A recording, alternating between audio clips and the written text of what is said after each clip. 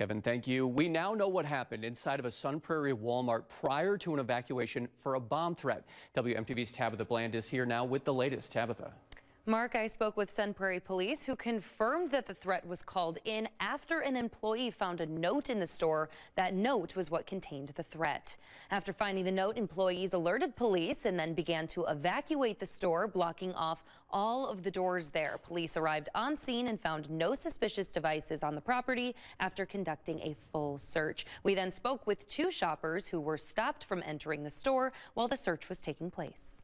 It was very scary. I mean, there was people that went in there, they were in there for 2 minutes and they got kicked out. So, I mean, they took precaution measures and got them out of there real fast. So, happy for that. Yeah. Sun Prairie police say the store did reopen less than 2 hours later after the search was completed. Live in studio, Tabitha Bland, WMTV 15 News. Thanks, Tabitha. There are no suspects in custody in connection to this threat. As police continue to investigate, they're asking anyone with information to contact the SPPD's non-emergency line.